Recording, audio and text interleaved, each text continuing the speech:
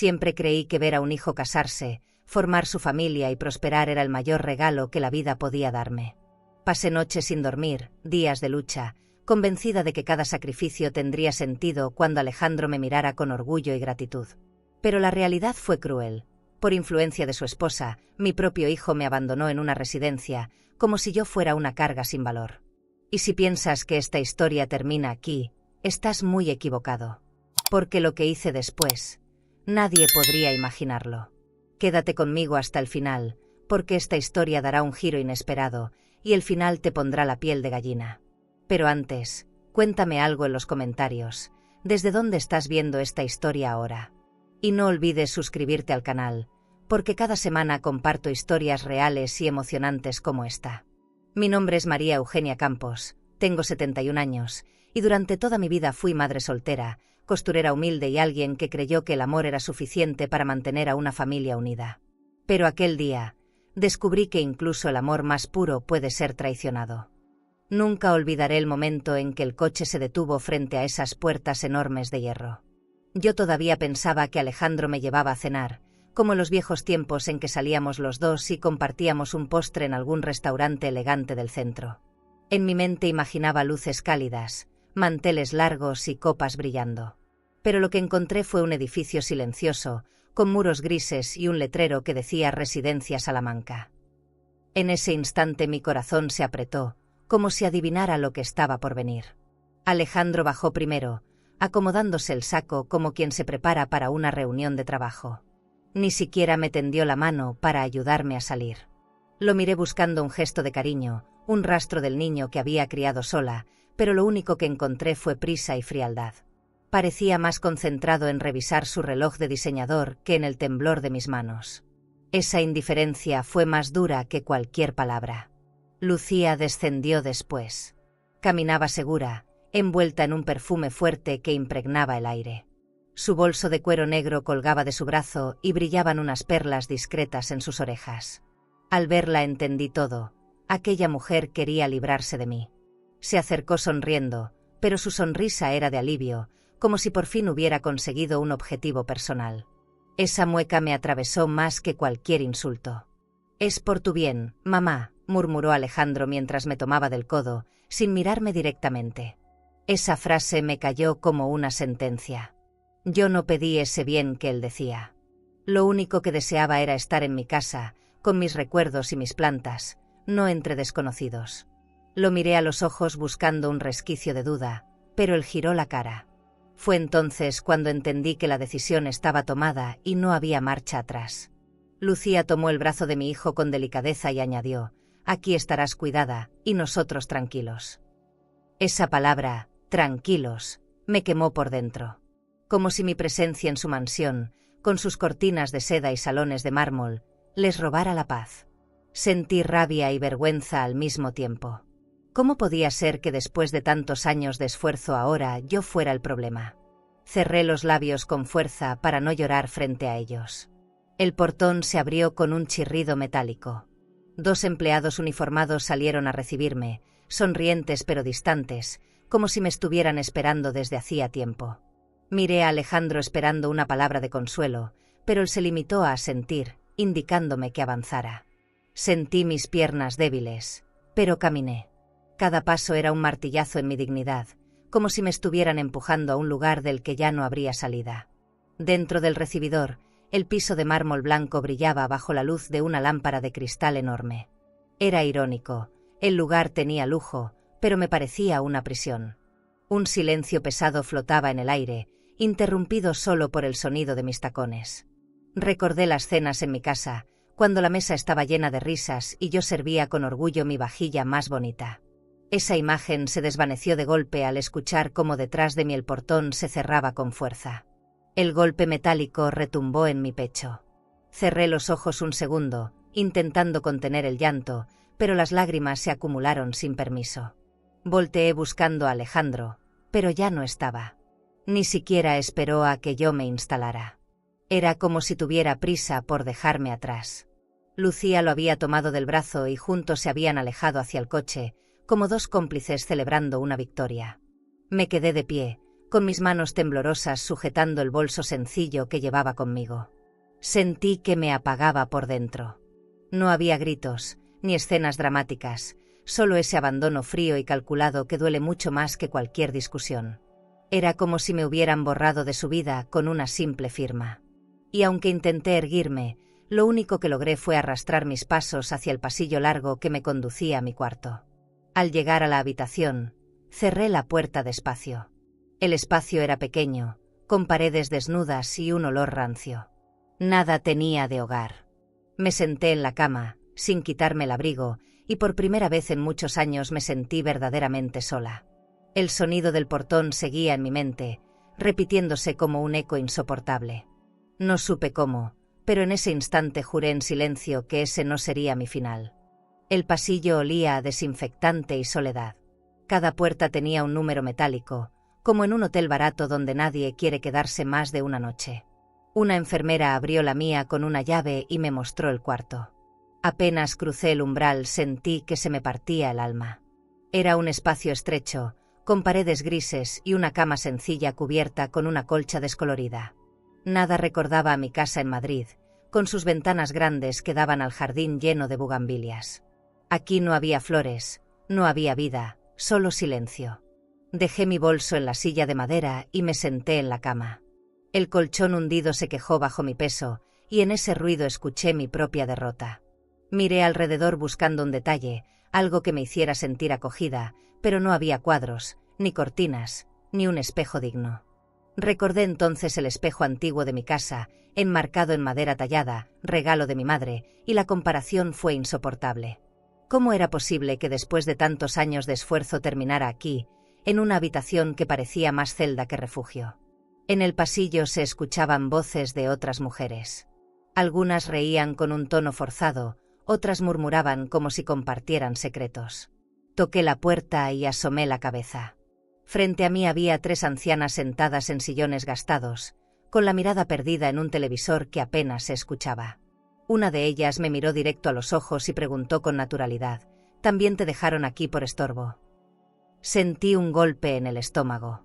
No supe qué contestar, pero mis ojos se llenaron de lágrimas que me ardían como fuego. Volví a entrar y cerré la puerta con suavidad. Me quité el abrigo despacio, como si en ese gesto pudiera retrasar la certeza de que ahora este era mi lugar. Toqué el bolsillo interior y saqué una foto de Alejandro de niño, vestido con un uniforme escolar que en su tiempo pagué a crédito en el banco.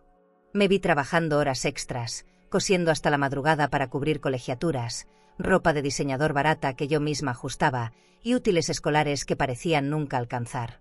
Y ahora, ¿dónde estaba la gratitud? ¿Dónde quedó el respeto que yo esperaba cosechar? Respiré hondo y cerré los ojos. El olor rancio de la habitación se mezclaba con un leve perfume que todavía traía impregnado en mi bufanda, el mismo que había sentido en Lucía minutos antes. Esa mezcla era insoportable, lujo y abandono en un mismo aire. Me levanté y abrí la ventana. No había vistas hermosas ni jardín cuidado, solo un muro alto que cortaba el cielo en dos. En ese momento me di cuenta de que estaba encerrada, no solo en el cuarto, sino en la decisión que Alejandro había tomado sin pedirme opinión. El hambre me obligó a bajar al comedor. Largas mesas de madera, manteles manchados y platos de plástico nos esperaban. Un olor tibio a sopa aguada llenaba el ambiente. Me senté en silencio junto a otras ancianas que miraban el plato como si no esperaran nada mejor. En mi mente aparecieron las cenas que preparaba en casa, con mi vajilla de porcelana, copas de cristal y una mesa iluminada por velas. Era un recuerdo tan vivo que me dieron ganas de llorar, pero en vez de lágrimas, solté un suspiro profundo que me supo a derrota. Una mujer de cabello blanco, sentada a mi lado, me tocó la mano. «No llores tanto, aquí nos acostumbramos rápido», me dijo con voz baja. Le respondí con un gesto, pero por dentro me revolvía la idea de acostumbrarme. ¿Cómo iba a aceptar como normal un lugar donde nadie me conocía, donde mis historias no importaban, donde yo era apenas otro número en la lista de ingresos? No quería resignarme. Aunque no lo dijera en voz alta, en mi pecho se encendía una rabia silenciosa. De vuelta en el cuarto, me acosté sin apagar la luz. La cama crujió bajo mi cuerpo frágil y el techo parecía cerrarse sobre mí. No conciliaba el sueño. Cada vez que cerraba los ojos, escuchaba el eco de Lucía diciendo tranquilos y la imagen de Alejandro dándome la espalda. Me pregunté qué habrían hecho con mis cosas, con la casa llena de recuerdos, con los muebles que yo había cuidado como tesoros. ¿Habían cambiado las cerraduras? ¿Habían vaciado mis cajones? Esa incertidumbre me quemaba más que la soledad. Pasé la mano por la sábana áspera y fría. Recordé el edredón bordado que yo misma hice hace años, con puntadas que guardaban mis desvelos. Ese edredón aún debía estar en mi casa, pero ya no era mío. Cerré los ojos fuerte, como queriendo borrar la realidad, pero no pude. Lo que más dolía no era la cama dura ni la comida pobre, sino la traición disfrazada de cuidado. Alejandro había decidido por mí, sin pensar en lo que yo sentía. Eso era lo que más me desgarraba. Antes de dormir, me levanté y miré otra vez el pasillo. Las otras mujeres se acomodaban en sus cuartos, resignadas. Me pregunté si algún día yo también bajaría la cabeza y aceptaría todo esto como destino. Pero algo en mi interior se negó.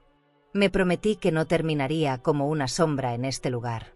No sabía cómo ni cuándo, pero de alguna forma iba a recuperar mi dignidad.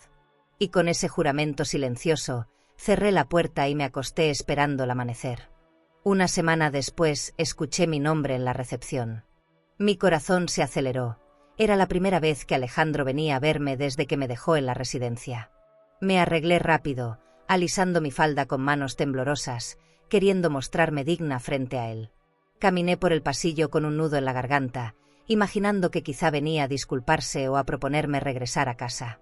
Pero cuando lo vi, con ese traje oscuro y los zapatos recién lustrados, comprendí que no había arrepentimiento en su rostro, solo distancia. Me abrazó apenas con la punta de los dedos, como si el contacto le incomodara. Yo aspiré el olor a su perfume caro, ese que siempre usaba en reuniones de negocios en el banco, y me quedé con la sensación amarga de que ya no era mi hijo, sino un hombre ajeno al que yo estorbaba. Me pregunté si alguna vez recordaba las noches en que yo bordaba hasta el amanecer para pagarle los estudios, mientras él dormía tranquilo sin saber que yo sobrevivía con café y pan duro. Su indiferencia me lo respondió sin palabras. Lucía apareció un minuto después, como siempre impecable. Su vestido de diseñador resaltaba su figura y unas perlas discretas brillaban en su cuello. Me saludó con un beso al aire, sin mirarme directamente, y luego tomó a Alejandro del brazo. «Solo venimos a asegurarnos de que esté bien atendida», dijo con esa voz dulce que me sonaba a veneno. Yo sonreí apenas, conteniendo el dolor, porque sabía que detrás de sus palabras había satisfacción, como si viniera a constatar que su plan había funcionado. Nos sentamos en una sala pequeña donde había sillones gastados.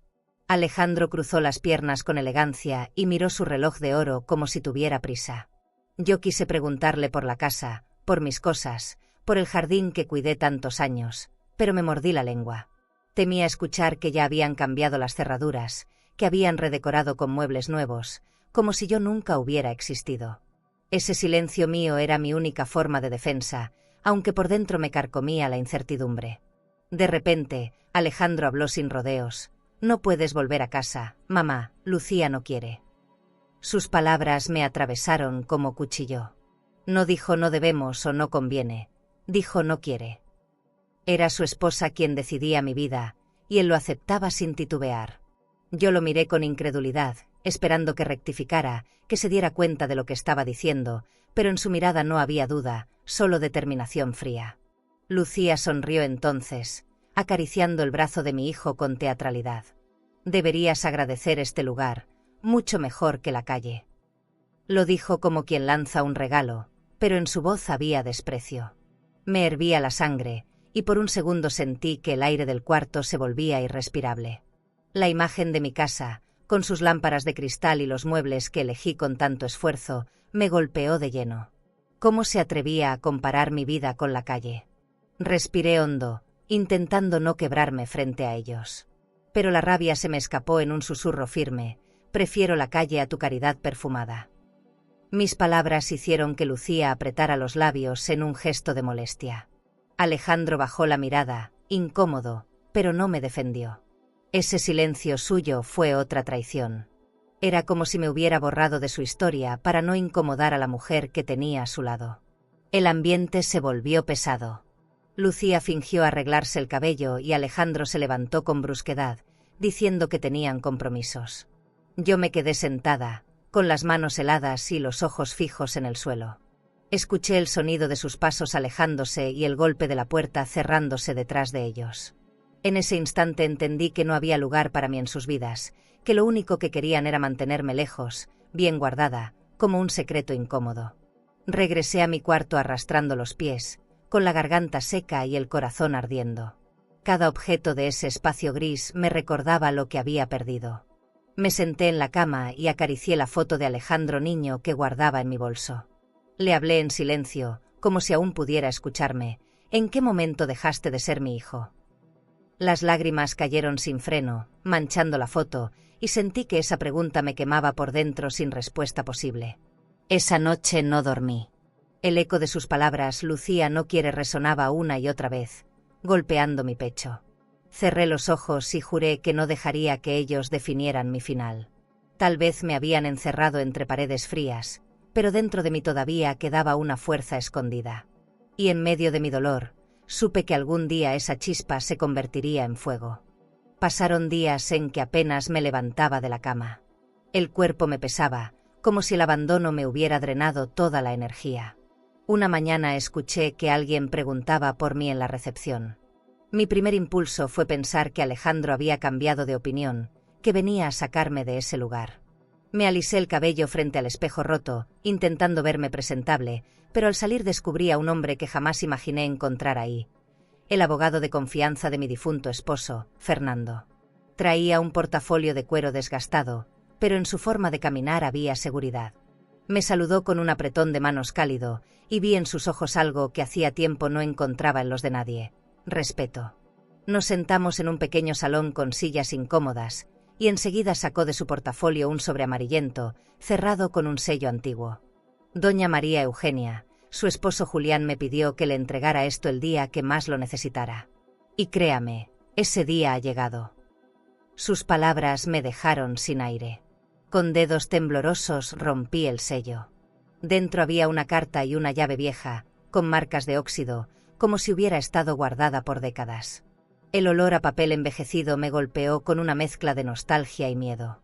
Desplegué la carta y leí la letra firme de Julián: si alguna vez Alejandro te da la espalda, recuerda que no estás sola. Todo lo que guardé en Segovia es tuyo. No permitas que te arrebaten la dignidad. Te amé siempre, y te dejo esto como escudo. Las lágrimas me nublaron la vista y tuve que detenerme para respirar. Fernando me explicó que Julián había previsto la posibilidad de que Alejandro y Lucía me dejaran en el abandono. Había registrado propiedades, cuentas y documentos a mi nombre, lejos de los ojos de cualquiera. Lo que hay en Segovia puede cambiar su destino, señora, me dijo con voz firme. Yo lo escuchaba, pero una parte de mí no podía creer que mi esposo hubiera escondido tanto. Era como si desde la tumba aún cuidara de mí, dándome fuerzas para no rendirme. Sostuve la llave en mi mano con fuerza. Era pequeña, pero sentí que pesaba como si llevara mi futuro entero. Recordé todas las veces que Lucía me había mirado con desprecio, hablándome como si yo fuera un mueble viejo.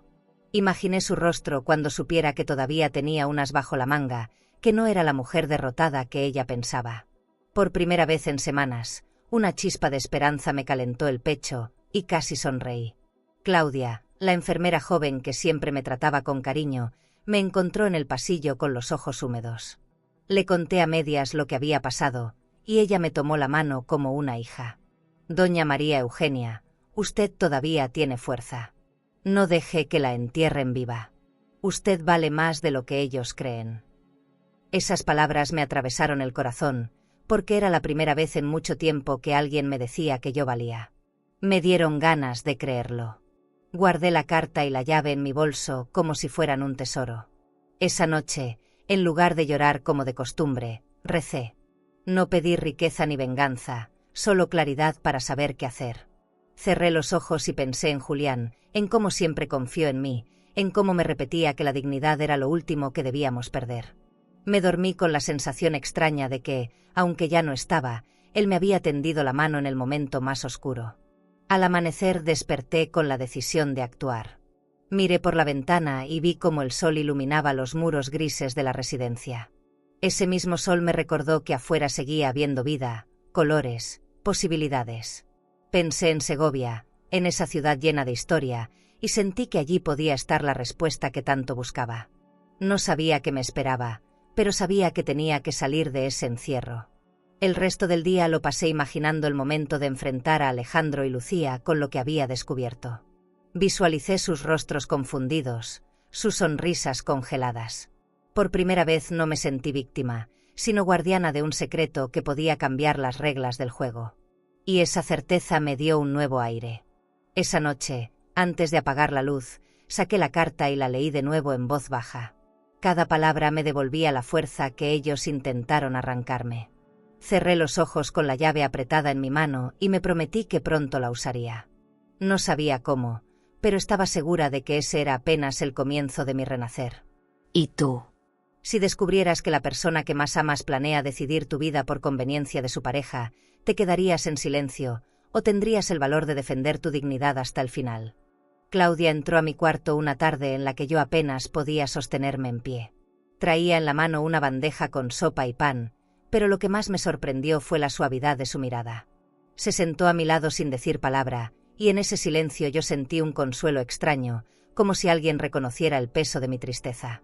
Me preguntó si había podido dormir y cuando negué con la cabeza, me tomó la mano con ternura. Nadie me tocaba así desde hacía mucho tiempo. Le hablé de la carta que me entregó Fernando, sin dar demasiados detalles. Le dije que mi esposo Julián había pensado en mí incluso después de su muerte, que había dejado una herencia en Segovia como refugio para el día en que me fallaran. Claudia me escuchaba con los ojos muy abiertos, como si en mi relato hubiera una luz escondida. «Eso significa que usted no está sola», murmuró, y esa frase fue suficiente para que mis lágrimas rodaran sin control. Ella me contó entonces su propia historia. Sus padres la habían rechazado cuando decidió no seguir el camino que ellos querían. La dejaron sin casa, sin dinero y sin apoyo, como si fuera una extraña. Aprendí a trabajar, a pagar cada cuenta yo sola y a reconstruirme, me confesó. Sus palabras me atravesaron porque me vi reflejada en su dolor. Aunque su vida apenas comenzaba y la mía parecía llegar al ocaso, las dos habíamos sido empujadas a la soledad por quienes más debían amarnos. Mientras hablábamos, observé sus manos jóvenes, firmes y trabajadoras, y recordé las mías, arrugadas de tanto coser, bordar y sostener mi hogar. Pensé en todo lo que construí para Alejandro, la educación en colegios privados, los viajes que le prometí con agencias de viajes baratas pero llenas de ilusión, las cuentas bancarias que abrí para asegurarle un futuro. Y de pronto me pregunté, ¿para qué había servido todo? Claudia me respondió sin quererlo, sirvió para formarlo, pero usted también merece cosechar algo propio. Ese día me di cuenta de que Claudia empezaba a ocupar un lugar en mi vida. Era como la hija que nunca tuve. Me acompañó al comedor, me ayudó a acomodar la bandeja y hasta se rió conmigo cuando derramé un poco de sopa. Esa risa ligera rompió por un momento la oscuridad que cargaba. Sentí que alguien me devolvía un pedacito de humanidad que Alejandro y Lucía me habían robado con su indiferencia. Cuando regresé a mi cuarto, me trajo una manta limpia y la acomodó sobre mis hombros. «No deje que ellos le roben la fuerza, doña María Eugenia. Usted vale demasiado». Esas palabras resonaron como un eco en mi mente. Cerré los ojos y pensé en la mansión donde vivían, llena de lámparas de cristal, ropa de diseñador y cenas sofisticadas, y luego me vi ahí, en esa cama sencilla con una manta usada. El contraste me dolió, pero también me encendió la rabia. Esa noche me levanté y escribí en una libreta: dignidad, respeto, decisión. Fueron las 3 palabras que Julián siempre repetía. Las escribí una y otra vez hasta que la mano se me cansó. Tenía que recordarlas cada día, porque eran mi escudo contra el olvido. Mientras escribía, imaginaba el momento en que Alejandro y Lucía intentaran declararme incapaz. Yo ya no sería una mujer débil. Tendría mi carta, mi llave, y ahora también a Claudia como testigo de mi fuerza. El sueño llegó tarde, pero distinto. No fue un descanso pleno, pero al menos pude cerrar los ojos con la sensación de que algo nuevo había nacido en mí.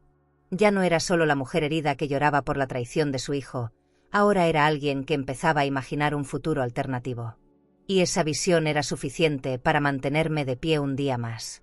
Al despertar, Claudia me esperaba en el pasillo con una taza de café caliente. «Hoy se ve distinta», me dijo sonriendo. Yo también lo sentí. Caminé erguida, con la llave escondida en mi bolso y la carta doblada en el corazón. Por primera vez desde que crucé ese portón, tuve la certeza de que mi historia todavía no estaba escrita del todo. Mientras caminaba hacia el comedor, escuché a lo lejos el ruido de un coche elegante estacionándose frente a la residencia. Reconocí el motor y mi pecho se apretó. Alejandro y Lucía estaban de vuelta, y yo intuía que su visita no traía nada bueno. No sé de dónde saqué la fuerza, pero esa tarde decidí salir de la residencia. Me puse un abrigo sencillo y tomé un autobús que me dejó a unas calles de la mansión. No llevaba más que unas monedas en el bolso, pero cada paso que di hacia aquella casa me llenaba de recuerdos. Caminaba con el corazón acelerado, como una mujer que regresa a un lugar prohibido. Cuando por fin la vi a lo lejos, tan imponente con sus ventanas grandes y sus balcones de hierro, sentí un nudo en la garganta. Me escondí tras unos arbustos, temblando, con miedo de que alguien me descubriera. Desde ahí alcancé a ver el portón abierto y el jardín privado perfectamente cuidado. Había rosas, un camino de piedra y luces cálidas que iluminaban la entrada. Esa imagen contrastaba con el pasillo frío de la residencia donde me obligaban a vivir. Me dolió tanto reconocer mi propia casa como un lugar ajeno que tuve que apoyarme en la pared para no caer. Me acerqué un poco más, pegando el rostro a las rejas, y fue entonces cuando los vi. Alejandro y Lucía estaban sentados en el comedor, rodeados de vajilla de plata y copas de cristal. Una mesa larga con manteles impecables se extendía frente a ellos, adornada con flores frescas. Reían entre sí como si nada en el mundo les preocupara. Yo, que me partí el alma para que Alejandro tuviera estudios y viajes de lujo, ahora estaba fuera, mirando desde la oscuridad. Los escuché a medias a través de una ventana abierta. Lucía hablaba de una próxima cena en un club privado, y Alejandro asentía mientras revisaba algo en su celular.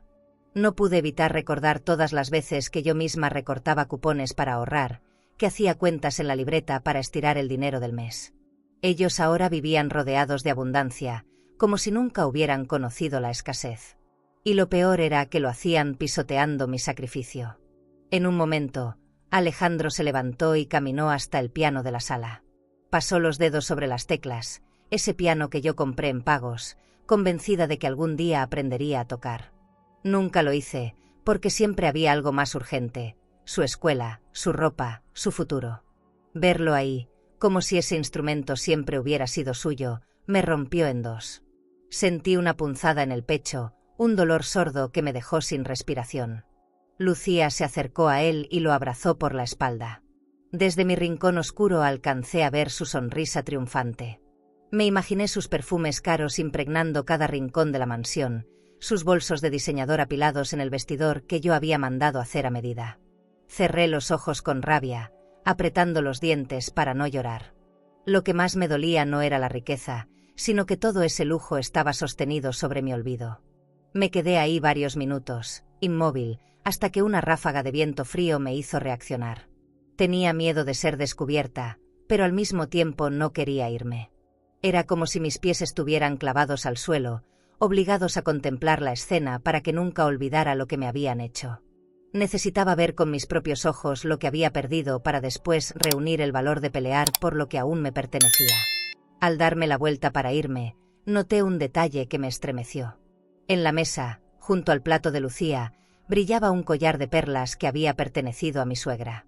Yo lo guardaba con cariño en una caja de terciopelo, convencida de que algún día lo usaría en una ocasión especial. Verlo colgado en el cuello de ella fue como recibir una bofetada en plena cara. Era la prueba de que poco a poco habían tomado todo lo mío, como si me estuvieran borrando de la historia familiar. Caminé de regreso a la residencia con las piernas entumidas y el corazón en llamas. El contraste era brutal. Ellos cenaban con vino caro mientras yo regresaba a un cuarto con olor a humedad. En el trayecto me repetí en silencio que esa sería la última vez que me dejaría pisotear así. El dolor se transformaba lentamente en una rabia que me sostenía, en un fuego interno que me impedía rendirme.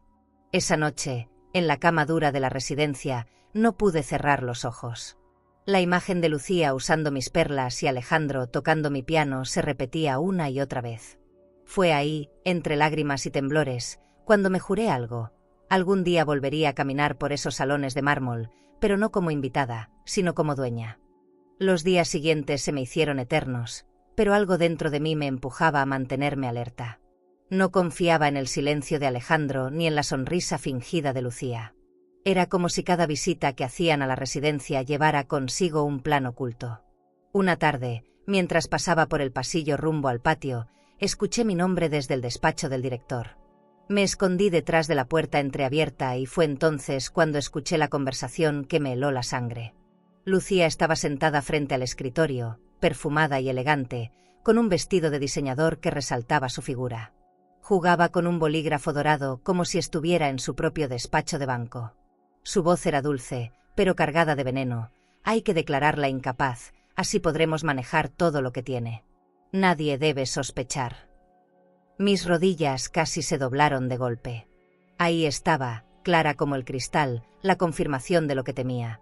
Planeaban robarme lo poco que aún me pertenecía. El director del lugar parecía nervioso, y Alejandro, que estaba junto a ella, se mostraba frío, casi mecánico. Llevaba un traje oscuro y hablaba como si estuviera en una negociación de propiedades. Será lo mejor para todos. Mi madre ya no está en condiciones de manejar cuentas ni decisiones importantes. Sus palabras me atravesaron como cuchillos. ¿Mi propio hijo decía que no podía pensar por mí misma? Lo escuché con los ojos cerrados, conteniendo el llanto. Recordé entonces las noches en que me desvelaba cosiendo para pagarle viajes escolares, los uniformes que conseguía con sacrificio, las veces que retiraba dinero de mi cuenta de ahorros para cubrirle un capricho. Todo ese esfuerzo ahora era reducido a nada. Alejandro, mi hijo, estaba dispuesto a firmar mi sentencia de incapacidad como si fuera un trámite más. Sentí un calor en el pecho, mezcla de dolor y rabia, que me impedía quedarme inmóvil. Lucía seguía hablando, segura de sí misma. Con su firma y los papeles correctos, en semanas tendremos acceso a sus propiedades. Nadie cuestionará nada, ella ya no sabe lo que hace. La escuchaba y me hervía la sangre. La mujer que se paseaba en clubes privados, que gastaba dinero en spas de lujo y bolsos de cuero, quería ahora despojarme de la herencia que Julián me había dejado. Y lo hacía sin vergüenza, con la frialdad de alguien acostumbrada a ganar siempre. Me llevé la mano al bolso, donde aún guardaba la carta y la llave que Fernando me entregó. Las apreté con fuerza, como si fueran mi escudo contra ese complot. Era extraño, pero en lugar de quebrarme, escuchar esa traición me dio una claridad inesperada. Yo no estaba loca, ni incapaz, ni vencida. Ellos eran los que necesitaban convencer al mundo de esa mentira para justificar su ambición. Y eso me dio una chispa de coraje que no había sentido en mucho tiempo. Retrocedí en silencio, con cuidado de que no me descubrieran. Mi respiración estaba agitada, mis manos frías. Caminé de regreso a mi cuarto con pasos rápidos, y al cerrar la puerta me desplomé en la cama. Lloré con rabia, golpeando la almohada como si pudiera descargar todo lo que llevaba acumulado. No lloraba solo por la traición, sino por la certeza de que debía prepararme para una guerra. Una guerra que ellos habían empezado, pero que yo pensaba terminar. Mientras tanto, en mi mente veía imágenes de mi casa, de la mansión donde ahora ellos se sentían dueños.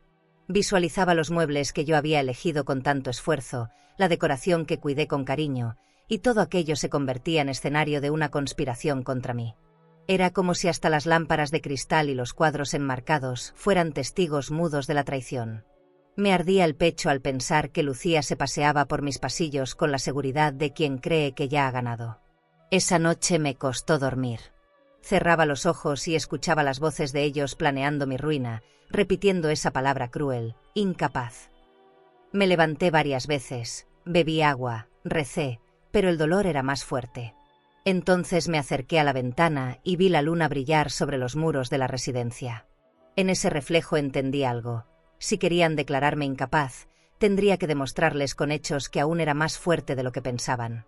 Me prometí que no me derrotarían. Juré que cada palabra de esa carta sería mi guía y que la llave que guardaba abriría no solo un baúl en Segovia, sino también mi camino hacia la libertad. Ya no se trataba solo de sobrevivir, sino de defender mi dignidad. Y aunque me temblaban las manos, en mi interior sabía que estaba lista para enfrentar la tormenta que se avecinaba. Fernando me citó una mañana en su despacho. Era un lugar discreto, lejos de miradas curiosas, con muebles de madera pulida y olor a libros viejos. Sobre la mesa reposaba un sobresellado que me entregó con solemnidad. «Es hora de que vea lo que su esposo dejó para usted en Segovia», me dijo, y mis manos temblaron al recibirlo. Dentro había instrucciones precisas y un documento con la dirección de una antigua propiedad. La llave oxidada que guardaba en mi bolso por fin tenía destino. El viaje hasta Segovia lo hice en silencio. Miraba por la ventana del coche mientras el paisaje cambiaba, recordando cómo años atrás soñábamos con jubilarnos ahí. Julián siempre decía que Segovia tenía un aire de eternidad. Mi corazón golpeaba fuerte, dividido entre la emoción y el miedo. No sabía lo que iba a encontrar, pero intuía que ese momento podía cambiarlo todo. Al llegar, la vista de la casa me dejó sin aire, muros de piedra, portón de hierro y un jardín descuidado que aún conservaba su dignidad.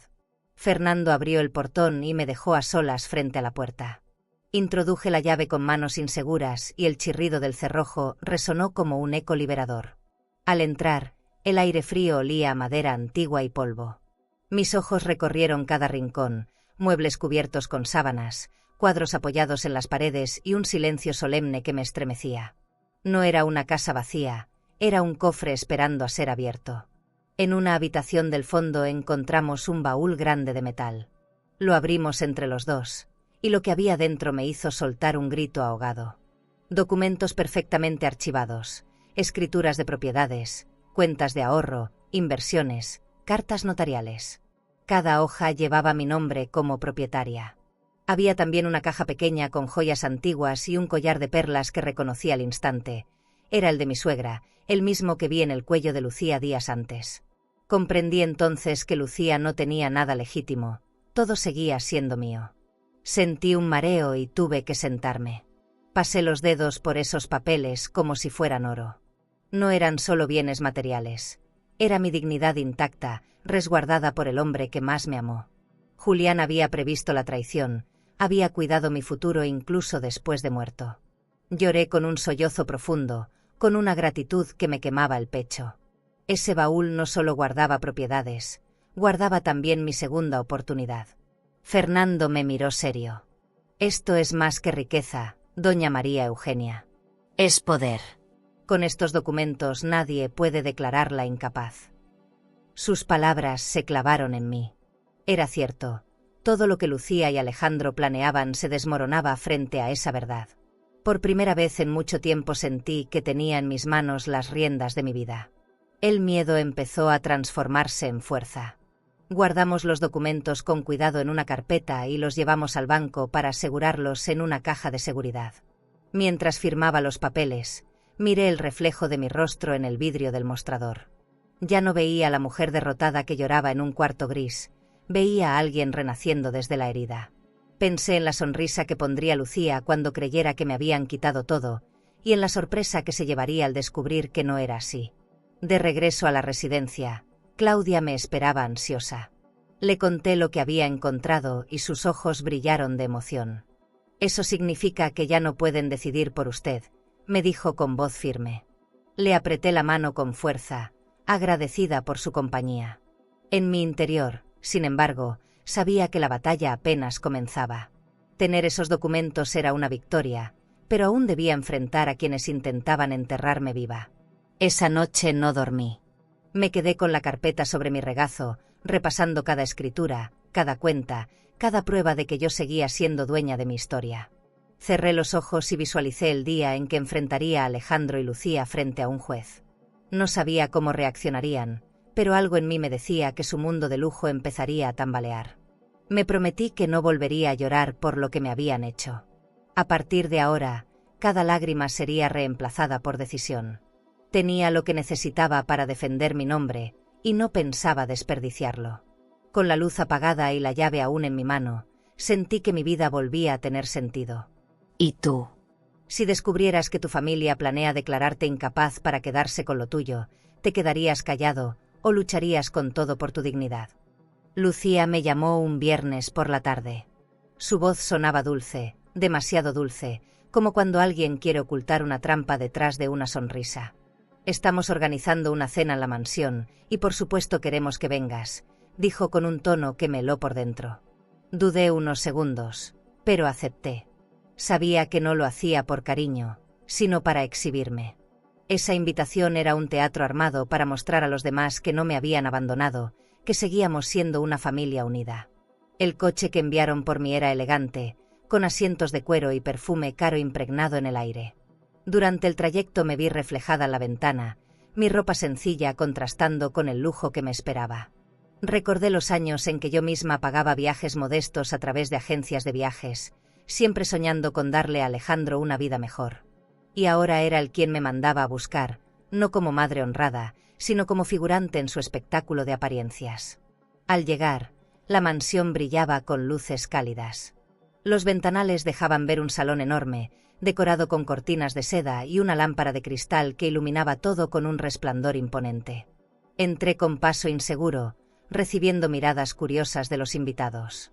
Lucía se acercó de inmediato, con un vestido de diseñador que caía como cascada sobre su cuerpo. Me abrazó al aire, sin tocarme, y me condujo hacia una mesa lateral, apartada de todos. Me senté donde me indicó, frente a un plato vacío. El resto de la mesa estaba repleta, copas de cristal, cubiertos de plata, bandejas con carnes jugosas, vinos costosos. Desde mi rincón podía ver a Alejandro conversando animadamente con un grupo de hombres trajeados, seguramente hablando de cuentas, inversiones y negocios. Nadie me dirigía la palabra. Era como si yo no existiera, como si fuera una sombra más entre las paredes de mármol. El murmullo de las conversaciones me rodeaba, pero yo apenas escuchaba. Mi atención estaba fija en Lucía, que reía exageradamente mientras mostraba sus joyas a una amiga. Ese collar de perlas, pensé, había estado guardado en mi casa por años, hasta que ella decidió apropiárselo. Cada risa suya me sonaba a burla, cada mirada que me lanzaba a lo lejos me recordaba que ese era su escenario y yo solo una figurante incómoda. Un camarero se acercó para servir vino en todas las copas, menos en la mía. Sentí el calor de la humillación subir a mis mejillas. Respiré hondo, intentando no quebrarme. Cerré los ojos un instante y recordé las cenas que yo misma organizaba en mi casa, la mesa llena de comida sencilla pero hecha con amor, Alejandro sonriendo de niño al probar mi sopa. Ese recuerdo me sostuvo, pero también me desgarró, porque me recordó cuánto había cambiado. Cuando levanté la vista, noté que algunos invitados me observaban con curiosidad. Lucía hablaba en voz alta, asegurando que yo estaba muy bien cuidada en la residencia. Lo decía con tanta soltura que todos asentían sin sospechar. Sentí que me usaba como un trofeo de falsa bondad. En ese instante comprendí que no me habían invitado por cariño, sino para reafirmar frente a todos que ellos eran generosos, cuando en realidad me habían abandonado. El resto de la noche permanecí callada, fingiendo calma. Ni una palabra salió de mi boca, pero por dentro hervía un fuego. Quería gritar, contarle a todos lo que habían hecho conmigo, mostrarles los documentos que guardaba como mi arma secreta. Pero me contuve. Sabía que todavía no era el momento. La rabia, sin embargo, me quemaba como brasa escondida en el pecho. Al despedirme, Lucía me besó en la mejilla con esa frialdad que ya conocía.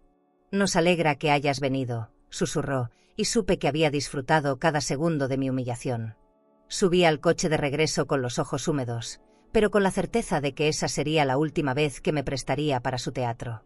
Esa noche, en mi cuarto de la residencia, no pude dormir. Cerré los ojos y vi la imagen de esa mesa llena de manjares, mientras mi plato seguía vacío. Esa escena quedó grabada como una herida, pero también como un impulso. Me prometí que nunca más me sentarían en una mesa para dejarme sin comida. Y en ese juramento nació la chispa de mi revancha. La mañana siguiente a esa cena recibí una visita inesperada. Alejandro llegó solo, con el gesto tenso y un portafolio en la mano. Su traje estaba impecable, como recién planchado, y llevaba puesto el reloj caro que yo le regalé cuando consiguió su primer empleo en el banco. Apenas cruzó la puerta de mi cuarto en la residencia, percibí que no venía a hablar de amor ni de arrepentimiento. Venía a negociar, como si yo fuera un cliente más. Se sentó frente a mí sin rodeos, sacó unos papeles del portafolio y me los puso en la mesa. «Firmarás un poder, mamá». Será más fácil para todos. Su tono era frío, casi administrativo, como si me estuviera pidiendo que autorizara una transferencia de cuenta. Lo miré incrédula, con la respiración entrecortada. ¿Más fácil para quién, Alejandro?, pregunté con un hilo de voz. Bajó los ojos unos segundos y respondió: para Lucía, para mí y para ti también. Esa última parte sonó vacía, como un adorno innecesario. Antes de que pudiera contestar, la puerta se abrió y Lucía entró.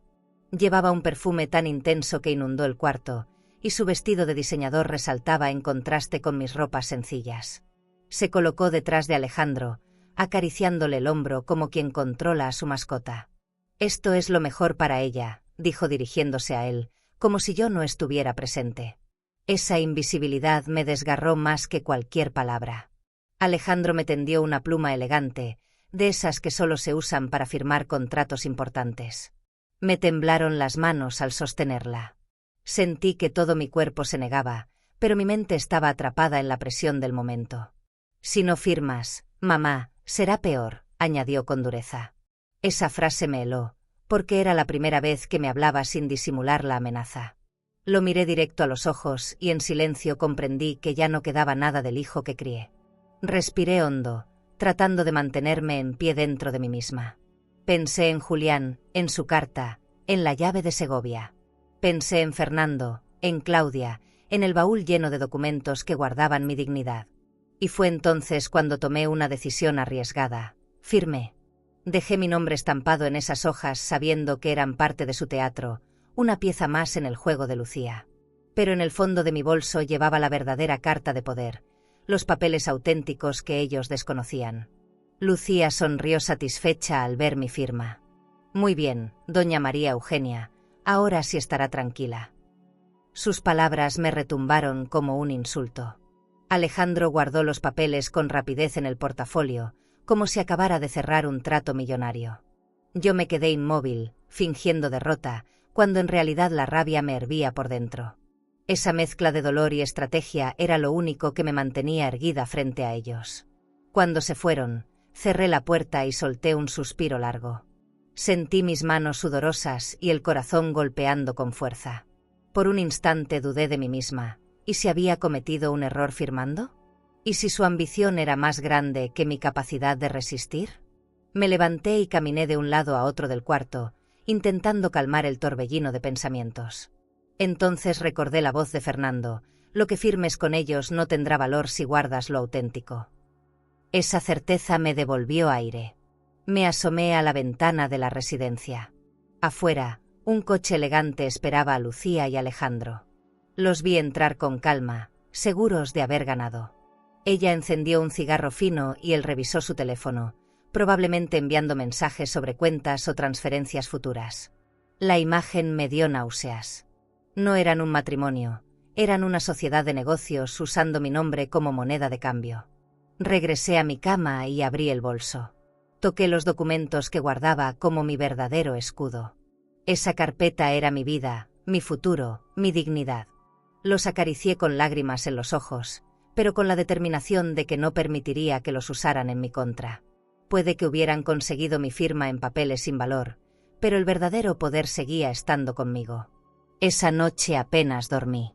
El eco de la frase de Alejandro: «Será peor si no firmas», me perseguía como una amenaza constante. Sin embargo, también me aferraba a una certeza. Ya no era la mujer derrotada que entró llorando a esa residencia. Ahora era una mujer en guardia, lista para la batalla que se avecinaba. Y sabía que el momento de enfrentar a mi hijo y a Lucía frente a un juez estaba cada vez más cerca. A la mañana siguiente pedí permiso para salir de la residencia. Necesitaba hablar con Fernando antes de perder la cabeza. Cuando llegué a su despacho, me recibió con esa calma que siempre transmitía. El lugar olía a café recién hecho y a papel nuevo, con estantes repletos de carpetas y un reloj antiguo marcando el paso del tiempo. Apenas me senté, le solté lo que me estaba consumiendo. Firmé, Fernando, firmé lo que Alejandro me puso delante. Mi voz se quebró como cristal. Fernando no se inmutó. Me miró con serenidad y dijo: «Lo sabía. Pero no se preocupe, lo que firmó no tiene ningún valor». Abrió una gaveta y sacó una carpeta azul con sellos oficiales. Estos son los documentos reales, registrados y validados. Son suyos.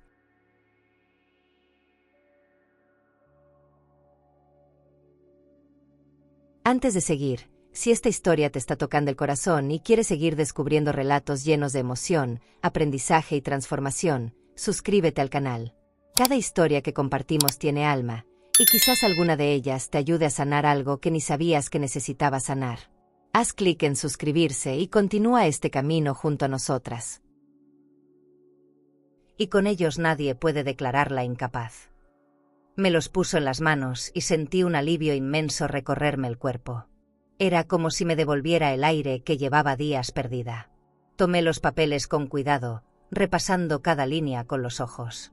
Escrituras de propiedades, cuentas bancarias a mi nombre, certificados notariales. Todo estaba ahí, como un escudo contra la ambición de Alejandro y Lucía. ¿Por qué me hace esto, Fernando?, pregunté con lágrimas en los ojos. Él sonrió apenas.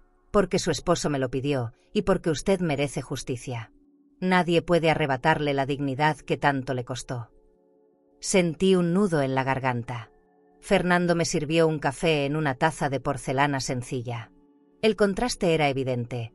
Mientras Alejandro y Lucía brindaban en restaurantes elegantes con copas de cristal, yo encontraba mi fuerza en un café compartido en un despacho modesto. Bebí un sorbo y sentí que la calidez me recorría, devolviéndome una energía que creí perdida. A veces la verdadera elegancia no estaba en el lujo, sino en la honestidad de un gesto. Lucía y Alejandro creen que ya ganaron, continuó Fernando. Pero lo único que tienen son papeles falsos, sin validez. Cuando llegue el juicio, lo único que quedará en pie será esto que usted guarda. Me quedé callada, procesando cada palabra. El miedo que había sentido desde la firma empezó a transformarse en determinación. Entendí que tenía un arma silenciosa en mis manos, y que el momento de usarla estaba cada vez más cerca. Al salir del despacho, la ciudad me pareció distinta. Las calles estaban llenas de gente apresurada, vitrinas con bolsos de cuero y joyas relucientes que antes me hacían suspirar. Ahora todo ese lujo me parecía vacío comparado con la fuerza de tener mi dignidad protegida. Caminé más erguida que nunca, con la carpeta bien guardada en mi bolso. Por primera vez en semanas sentí que ya no caminaba como víctima, sino como alguien que tenía en sus manos la verdad. Esa noche, de vuelta en la residencia, Claudia me recibió con una sonrisa cálida. Le conté lo que Fernando me había mostrado, y sus ojos brillaron como si fueran los de una hermana. Eso significa que no pueden hacerle daño, doña María Eugenia, dijo con firmeza. Me abrazó con fuerza y yo cerré los ojos, dejando que ese gesto me sostuviera. Era la primera vez en mucho tiempo que sentía que no estaba completamente sola en esta lucha. Me senté en mi cama y saqué de nuevo la carta de Julián. La leí despacio, palabra por palabra, como si fueran un rezo. Pensé en todo lo que él había dejado escondido para mí, en cómo había confiado en que llegaría el día en que necesitaría defenderme. Esa previsión era su última prueba de amor. Me conmovió hasta el alma saber que incluso después de muerto, seguía siendo mi aliado más fiel. Guardé los documentos bajo mi almohada y apagué la luz. Cerré los ojos con la certeza de que el destino me estaba preparando para algo grande. Ya no tenía miedo de Alejandro ni de Lucía, porque sabía que el tiempo jugaría a mi favor. Lo que ellos tramaban con mentiras se estrellaría contra la verdad que yo llevaba en las manos. Y esa verdad tenía el peso de la justicia y el nombre de mi esposo como respaldo. Mientras el sueño me vencía, escuché un murmullo en los pasillos de la residencia. Hablaban de que pronto habría una citación judicial. Mi corazón dio un salto. El momento que tanto temía y esperaba estaba a la vuelta de la esquina. Cerré los ojos con una mezcla de nervios y determinación. Ya no podía huir. El enfrentamiento con mi hijo y su esposa estaba por comenzar. El día del juicio amaneció gris, con un cielo cargado que parecía presagiar tormenta. Me desperté antes del amanecer, con el estómago revuelto y las manos sudorosas. Claudia me ayudó a vestirme con el traje azul que guardaba desde hacía años, el único que aún conservaba algo de elegancia. Al mirarme en el espejo, vi a una mujer cansada, sí, pero también firme. Esa mañana no podía darme el lujo de temblar. Mi dignidad estaba en juego. Fernando pasó por mí en su coche. Durante el trayecto apenas hablamos, pero su sola presencia me daba calma. Llegamos al tribunal y me sorprendió la magnitud del edificio. Columnas altas, mármol en las paredes, lámparas de cristal colgando del techo. Era irónico que la justicia se celebrara rodeada de lujo cuando yo llegaba desde un cuarto húmedo de residencia.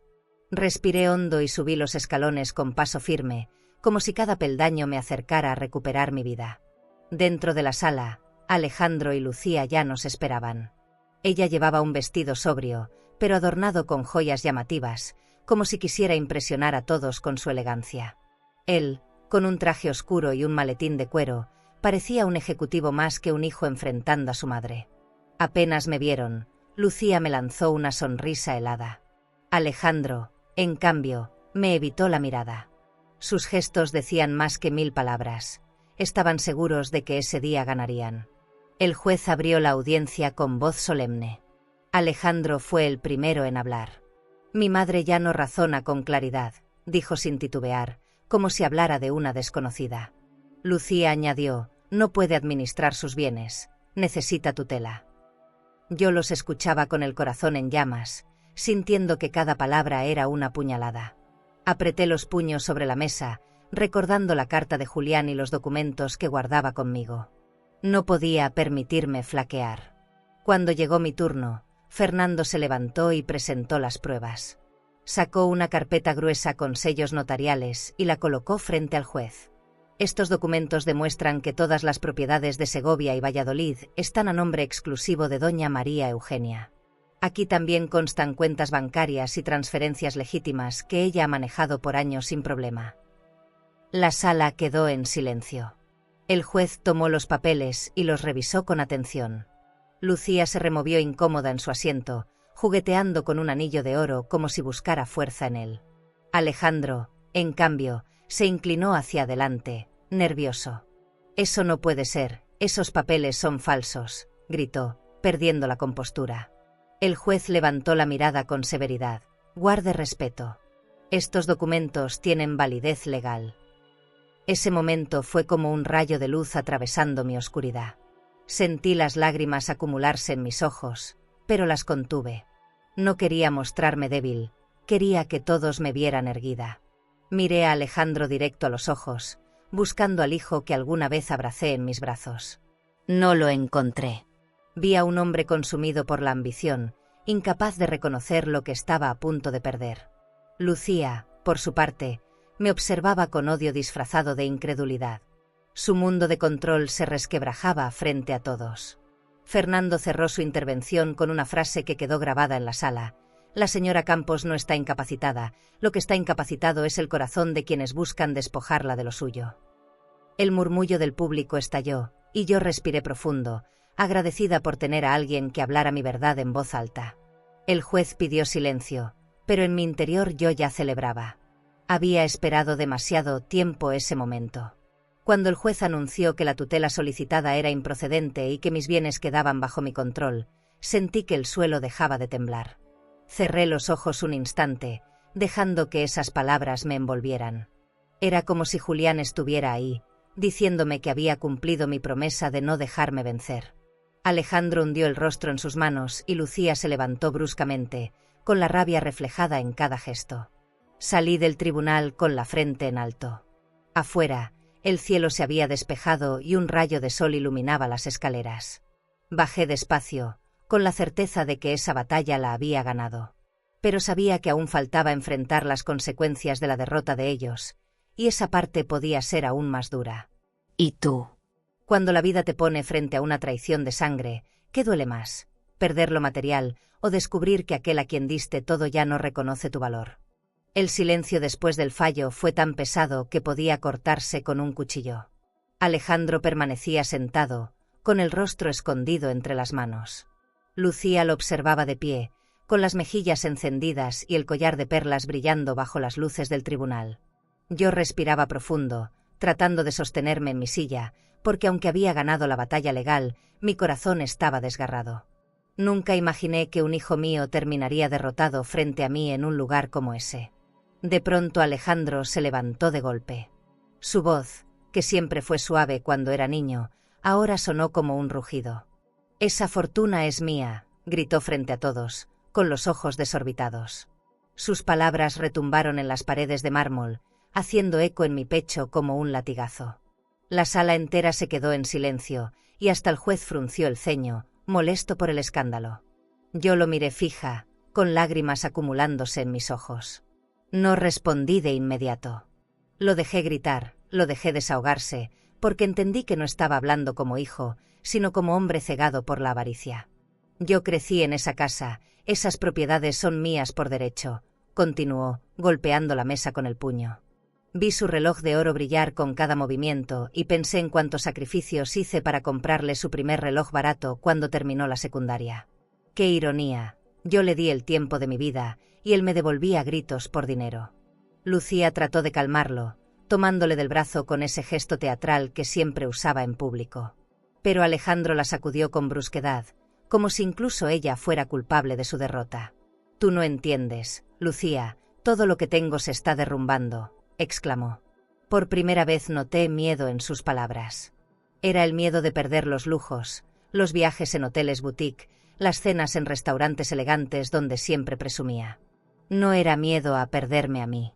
Me puse de pie con lentitud, y toda la sala se giró hacia mí. Mis piernas temblaban, pero mi voz salió firme, como si Julián hablara a través de mí. «Te di mi vida entera, Alejandro, y me devolviste abandono. Hoy te entrego lo mismo, nada». Al decirlo, sentí que mis lágrimas rodaban, pero ya no eran de debilidad, eran de dignidad. Cada palabra era un recordatorio de que lo que más me dolía no era perder bienes, sino a mi propio hijo. El juez golpeó la mesa con su mazo, pidiendo orden. Pero ya no había orden posible. Alejandro me miraba con ojos rojos, incrédulo de lo que escuchaba. Lucía, en cambio, bajó la mirada, como si en el fondo reconociera que la verdad se había impuesto. Ese contraste entre ellos fue un retrato perfecto de la derrota. Por un lado, él gritando por dinero, por el otro, ella callada, sosteniendo con dificultad la máscara de seguridad. Fernando se acercó a mí y susurró: «Lo logró, doña María Eugenia. Nadie puede arrebatarle lo suyo».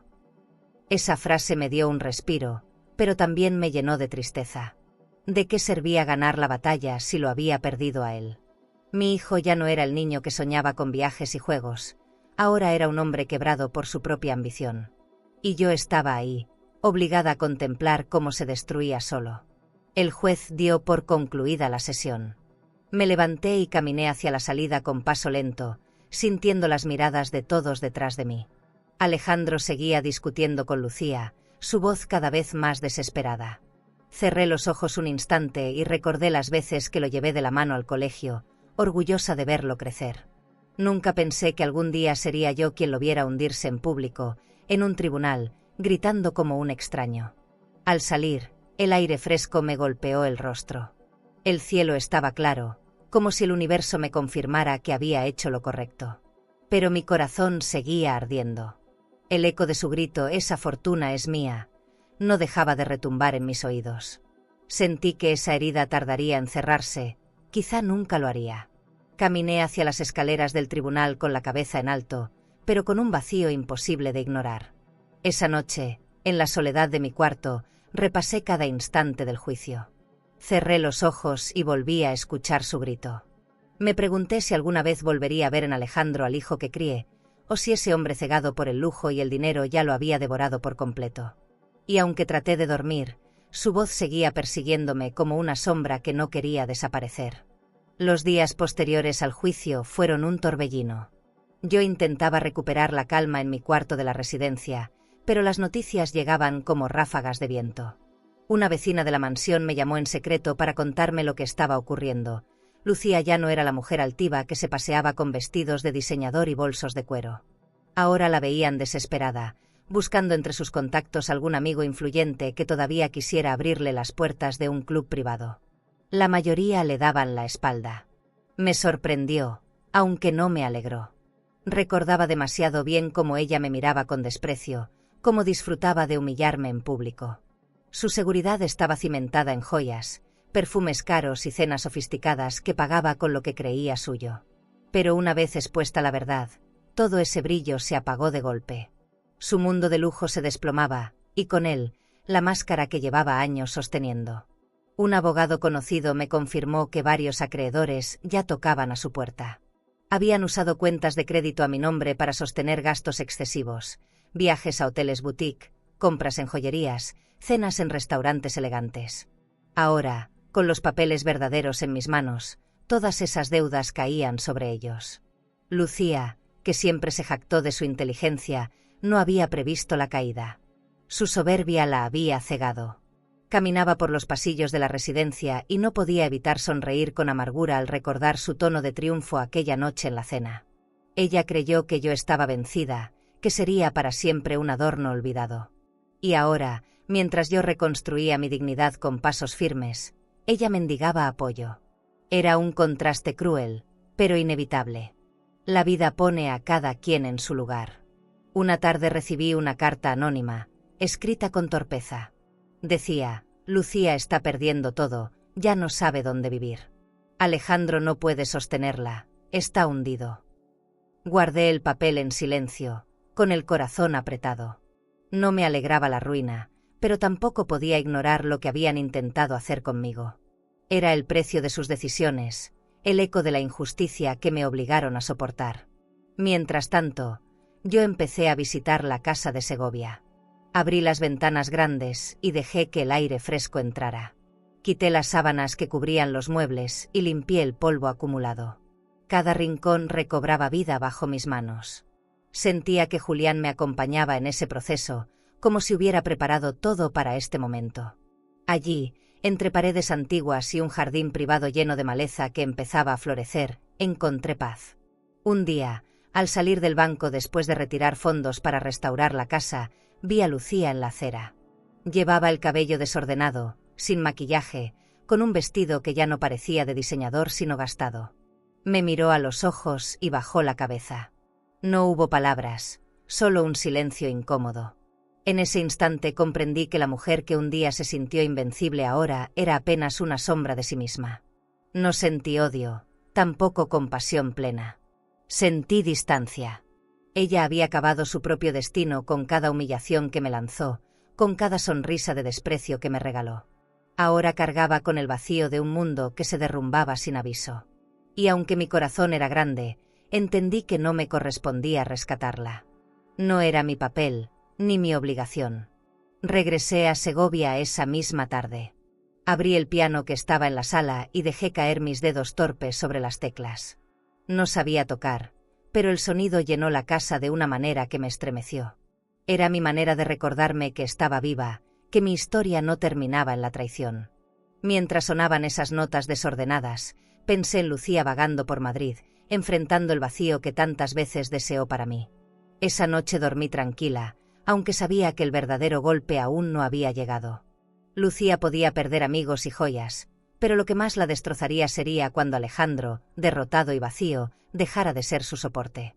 Y yo presentía que ese momento estaba a punto de llegar. Volvía de una reunión con Fernando cuando lo vi. Estaba sentado en la acera, frente a la residencia, con la ropa arrugada y la mirada perdida. Alejandro, mi hijo, el mismo que alguna vez soñó con tener cuentas llenas de dinero y viajar a hoteles de lujo, ahora parecía un hombre vencido. Me quedé paralizada, con el corazón apretado, sin saber si acercarme o dar media vuelta. Era un retrato doloroso de lo que nunca imaginé presenciar. Se levantó tambaleando en cuanto me reconoció. Sus ojos estaban rojos, como si hubiera llorado durante horas. «Mamá, no tengo dónde dormir», murmuró con una voz apagada que jamás le había escuchado. Por un instante volví a ver al niño que corría hacia mí buscando consuelo, pero al mismo tiempo recordé el eco de sus gritos en el tribunal reclamando mi herencia como si fuera un trofeo. Esa mezcla de amor y herida me desgarró por dentro. Intentó sonreír, pero su boca solo dibujó una mueca amarga. Lucía se fue, me dejó con nada, confesó mientras bajaba la mirada. Yo lo observaba en silencio, repasando en mi mente las imágenes de su mansión con ventanales enormes, las cenas con copas de cristal, los trajes de diseñador que presumía. Todo eso había desaparecido. La vida lo había despojado de la misma manera en que él intentó despojarme a mí. «Perdóname, mamá», insistió, extendiendo las manos hacia mí. Sentí un nudo en la garganta. No era un desconocido, era mi hijo, pero tampoco era inocente. Él había permitido que me abandonaran en esta residencia, había firmado papeles falsos, había sido cómplice del desprecio. ¿Cómo perdonar algo así? ¿Cómo separar al niño que amé del hombre que me traicionó? Esa pregunta ardía en mi pecho como fuego. Lo ayudé a sentarse en una banca cercana. No podía dejarlo tirado en la calle como si fuera un extraño. Le ofrecí una botella de agua que llevaba en mi bolso y lo miré beber con ansiedad. No tengo dinero, no tengo a nadie, todo se acabó, repetía. Me contó que los amigos lo habían abandonado, que el banco había congelado sus cuentas, que las tarjetas de crédito estaban bloqueadas. La elegancia de su vida se había esfumado en cuestión de días. Me tomó de la mano con desesperación. «Déjame volver contigo, aunque sea en tu cuarto de la residencia», rogó con lágrimas en los ojos. Sentí que mi corazón se partía en dos. Lo abracé, pero mi voz salió firme. «Te perdono, Alejandro, pero no puedo darte techo. Ese lugar ya no me corresponde». Al pronunciar esas palabras me temblaban las piernas, porque era la primera vez que ponía un límite real entre mi amor y mi dignidad. Él bajó la cabeza, derrotado. El silencio entre nosotros se hizo eterno. Yo lo observaba, recordando todos los sacrificios que hice para que nunca le faltara nada. Y ahora la vida lo ponía frente a mi vacío, con las manos extendidas. No sentí venganza, sentí una tristeza profunda, como cuando ves caer una estatua que construiste con tus propias manos. El sol comenzaba a ponerse, tiñendo el cielo de tonos anaranjados. Alejandro se recostó en la banca, exhausto, mientras yo me levantaba. Lo miré una última vez, con lágrimas contenidas. «Cuida de ti mismo, hijo, porque yo ya cumplí mi parte», susurré. Y con paso lento, me alejé. Cada paso me dolía, pero también me fortalecía. Era la decisión más dura de mi vida, y al mismo tiempo la más necesaria. Al llegar a la residencia, Claudia me esperaba en la puerta. Sus ojos curiosos buscaron los míos, y entendió sin que yo dijera nada. Me abrazó en silencio, sosteniéndome mientras mi cuerpo temblaba. No tuve fuerzas para explicar, pero ella supo que acababa de soltar un peso inmenso. Me condujo hasta mi cuarto y me dejó descansar. Yo cerré los ojos, escuchando aún la voz de mi hijo pidiendo perdón. Esa noche casi no dormí. El rostro de Alejandro en la acera se repetía una y otra vez en mis sueños. Pero al despertar entendí algo. Había dado un paso definitivo hacia mi libertad. El perdón estaba en mi corazón, pero la responsabilidad de levantarse ahora le correspondía solo a él. Y con esa certeza, me preparé para dar el siguiente paso, empezar de nuevo en Segovia. El atardecer en Segovia tenía un tono dorado que parecía pintado. Me senté junto a la ventana abierta, sosteniendo entre mis manos la carta de Julián, ya gastada por tantas lecturas. Afuera, el jardín que había rescatado rebosaba de flores, y cada pétalo parecía recordarme que aún había vida por florecer. El aire traía olor a lavanda, y yo lo respiraba con calma, sintiendo que cada rincón de la casa me abrazaba. En la mesa de la sala reposaba el violín, esperando mis manos. Lo había convertido en mi refugio, en mi oración silenciosa. Cada vez que lo tocaba, no solo llenaba la casa de música, también llenaba mi alma de certeza. Era mi manera de recordarme que, aunque me habían querido enterrar en el olvido, todavía podía crear belleza. El lujo ahora no estaba en copas de cristal ni en viajes caros, sino en la paz que me daba este lugar. Me levanté despacio y recorrí la casa. Toqué las paredes, los muebles restaurados, la lámpara de cristal que colgaba en el salón. Todo me hablaba de esfuerzo, de resistencia, de dignidad. No era la ostentación vacía de Lucía, era la elegancia que se gana con cicatrices y lágrimas. Cada objeto, cada rincón, era testigo de que había sobrevivido. Y en ese recorrido entendí que la casa ya no era solo herencia, era símbolo de mi victoria. Claudia llegó con una sonrisa y un pastel sencillo entre las manos. «Hoy es un día especial», dijo sin más. La invité a pasar y encendimos velas en la mesa. No necesitábamos banquetes, ni vajilla de plata. Bastaba ese momento, esa compañía sincera, para sentirme plena. Claudia se sentó frente a mí y me miró como una hija mira a su madre. Y en ese silencio, sentí que la vida me estaba devolviendo lo que Alejandro me quitó. Al caer la tarde, me quedé sola otra vez. Abrí el piano y dejé que las teclas respondieran a mis dedos. No era música perfecta, pero cada nota sonaba como verdad. Pensé en Alejandro, en Lucía, en todo lo que se llevaron y en todo lo que perdieron. Pensé en cómo la ambición puede devorar a alguien por dentro. Y aunque una parte de mí aún lloraba por mi hijo, comprendí que no podía cargar con su destino. Ese peso ya no era mío. El sol entraba en la sala a través de las ventanas grandes, iluminando el polvo suspendido en el aire. Me senté en el sillón junto al ventanal y volví a leer la última frase de la carta de Julián: nunca dejes que te roben la dignidad. Cerré los ojos y lo escuché como si estuviera a mi lado. Fue entonces cuando comprendí que todo este camino doloroso había sido también una forma de honrarlo. En la distancia escuché campanas de iglesia y voces de niños jugando. La vida seguía afuera, vibrante, indiferente a mis batallas. Y eso me dio paz. No todo debía girar en torno al dolor, había belleza sencilla esperando en lo cotidiano. Esa certeza me llenó de serenidad, como un bálsamo que se extiende por el cuerpo cansado. Apoyé la carta en un marco sobre la repisa, junto a una foto mía más joven y otra de Julián. La miré un largo rato, hasta que las lágrimas rodaron despacio. Pero esta vez no eran lágrimas de derrota, eran de gratitud. Gratitud por haber sobrevivido, por haber encontrado fuerzas donde pensé que no quedaba nada, por haber aprendido a sentarme de nuevo a mi propia mesa. Cuando el sol desapareció, encendí las luces de la lámpara de cristal. La sala se llenó de destellos que parecían estrellas colgando del techo. Cerré los ojos y respiré hondo. No había público, no había testigos, pero en mi pecho sentí un aplauso silencioso, como si la vida me aplaudiera por no rendirme. Esa fue mi verdadera celebración. Miré por la ventana una última vez y susurré: creyeron que estaba acabada, pero hoy camino más fuerte que nunca. Y al pronunciar esas palabras, entendí que mi final no era un cierre, era un comienzo. La dignidad que recuperé era mi herencia más grande, y con ella me preparaba para todo lo que aún me quedaba por vivir. Tendrías el valor de mirar a los ojos a un hijo, a ese mismo hijo por quien diste todo, y aún así decirle: no me quitaste mi dignidad. Y si hoy tú, que me escuchas, te sientes abandonada, ignorada o tratada como un estorbo por alguien que debería haberte amado, por favor, no dejes que eso marque tu valor. Tú no eres una carga. Tú eres raíz. Eres memoria viva. Sin ti, no existiría la historia de quienes hoy te olvidan. Quizás pasaste tu vida entera cuidando, alimentando, sacrificándote en silencio. Quizás nunca te agradecieron como merecías. Pero aquí, en este espacio, te vemos. Escuchamos tu dolor. Y queremos recordarte algo. Aún hay belleza esperando en tu camino. El abandono no es el final. Es, a veces, la puerta a tu renacer. Tu dignidad es la mansión más lujosa, el tesoro más grande, y nadie puede arrebatártela.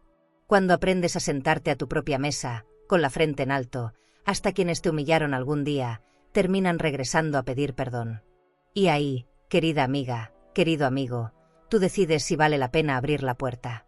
Pero nunca olvides, sigues siendo necesaria, sigues siendo amada, sigues siendo luz.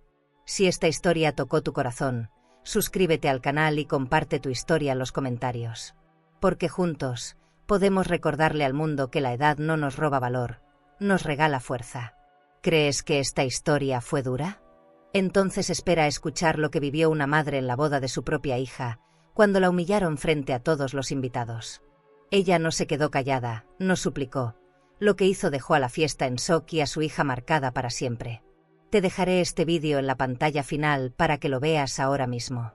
Haz clic y descubre la historia completa de En la boda de mi hija me humillaron, así que me fui y cancelé todo frente a todos. El final no se te borrará de la memoria. Cuando puse el primer pie en la casa de Segovia sentí un escalofrío recorrerme. Las paredes de piedra guardaban silencio, pero un silencio distinto al de la residencia. Aquí no había abandono, había espera. Abrí las ventanas grandes y la luz de la mañana entró como un torrente de vida. El polvo se levantó en el aire, brillando como pequeñas chispas doradas. Respiré hondo y tuve la certeza de que, por fin, este lugar sería mi refugio. Pasé semanas limpiando y restaurando cada rincón. Quité las sábanas que cubrían los muebles y pulí la madera hasta devolverle su brillo. Fernando me ayudó a organizar las cuentas en el banco, a transferir fondos para comprar lo necesario, y Claudia venía los fines de semana a acompañarme. Juntas colgábamos cortinas nuevas, elegíamos flores para el jardín y compartíamos risas que poco a poco iban llenando la casa. Sentía que la herencia de Julián no era solo material, era la oportunidad de empezar de nuevo. En el salón principal colgué una lámpara de cristal que encontré en una tienda de antigüedades. Cuando encendí las luces por primera vez, el resplandor iluminó cada detalle de la sala, devolviéndome una sensación de lujo que ya no me hería, sino que me abrazaba. No era el lujo vacío de Lucía, era el lujo ganado, merecido, fruto de años de sacrificio. Caminaba descalza sobre el piso frío y me estremecía al pensar que este lugar era mío, solo mío. El jardín privado fue mi mayor desafío. Estaba cubierto de maleza y ramas secas, pero con paciencia y agua comencé a devolverle color. Planté rosales, jazmines y lavandas que perfumaban el aire con cada brisa. Pasaba horas ahí, con las manos en la tierra, sintiendo que al mismo tiempo sanaba mis heridas. Cada brote nuevo era un recordatorio de que aún podía florecer, incluso después de la traición. Claudia se convirtió en mi compañía más constante. Traía comida casera, me ayudaba a decorar y a veces simplemente se sentaba conmigo a conversar.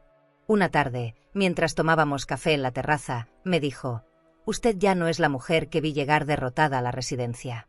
Usted renació». La miré emocionada, y por primera vez acepté esas palabras. Sentí que Julián me sonreía desde algún rincón invisible. Recuperé también un sueño olvidado, el violín que había guardado en un armario durante décadas. Lo mandé restaurar con parte de los fondos que retiré, y cuando lo tuve en mis manos otra vez, mi corazón se estremeció. Las cuerdas chirriaban al principio, pero pronto las notas empezaron a llenar la casa. No tocaba bien, pero cada sonido era mío, era libertad. Tocaba como quien reza, como quien agradece seguir viva. De vez en cuando, algún recuerdo de Alejandro me atravesaba. Me preguntaba dónde estaría, si habría encontrado techo, si seguía vagando sin rumbo. Pero ya no era un pensamiento que me paralizara. Había aprendido a soltar. Mi casa, mi jardín, mi música eran ahora el centro de mi vida. El dolor de su abandono seguía ahí, pero lo llevaba como cicatriz, no como herida abierta. Cada mañana me levantaba con un ritual nuevo. Abría las cortinas, preparaba café en mi vajilla de porcelana y escribía en un cuaderno todo lo que había aprendido de esta caída. Era mi manera de no olvidar, pero también de agradecer. Descubrí que la dignidad, cuando se recupera, sabe más dulce que cualquier lujo prestado. Y eso me daba fuerzas para seguir adelante. El pueblo comenzó a reconocerme. Algunos vecinos se acercaban a saludarme, curiosos por mi historia. Me invitaban a reuniones sencillas, donde compartíamos pan y vino sin necesidad de etiquetas. Y yo me descubrí sonriendo, contando anécdotas, sintiéndome parte de algo otra vez. Ya no era la mujer arrinconada en un cuarto gris, era María Eugenia Campos, con voz, con nombre y con vida. Una tarde, mientras tocaba el violín frente a la ventana, el sol de Segovia entraba a raudales, iluminando las flores del jardín. Sentí un calor en el pecho, un alivio profundo.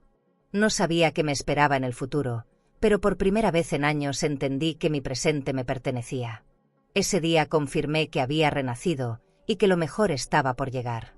A vida ensina, mas nem sempre avisa. Suscríbete al canal y dale like al video para acompañar historias de mujeres fuertes, silenciosas y llenas de cicatrices que el tiempo no apagó. Porque detrás de cada mirada madura, hay segredos que todavía arden.